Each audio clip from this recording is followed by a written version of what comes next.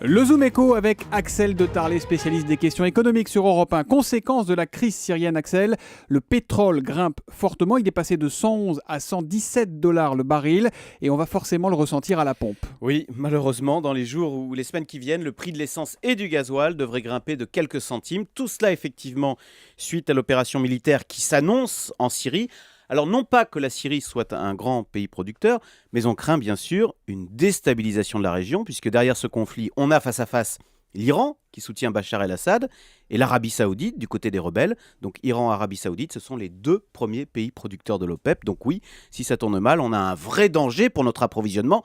D'autant que le marché pétrolier est très sensible. Il suffit d'un léger déséquilibre entre l'offre et la demande pour que les prix s'envolent. Et puis, il faut dire que quoi qu'on en dise régulièrement, on est toujours aussi dépendant du pétrole qu'avant. Exactement. Le pétrole, ça reste la première énergie du monde, ne serait-ce que pour prendre sa voiture tous les matins. Et c'est d'ailleurs son usage principal. Plus de la moitié du pétrole dans le monde consommé sert pour le transport. Et les choses ne vont pas changer.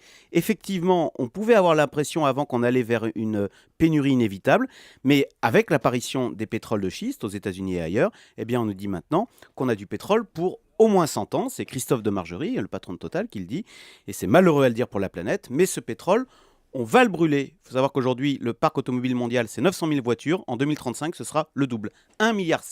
Si le pétrole est abondant, est-ce qu'au moins, Axel, on peut espérer des prix stables et relativement bas quand même? Eh bien non, parce que le pétrole de schiste, ce nouveau pétrole de schiste, il coûte cher à exploiter. Et puis surtout, ce qui est nouveau maintenant dans le pétrole, c'est qu'on ne maîtrise plus rien.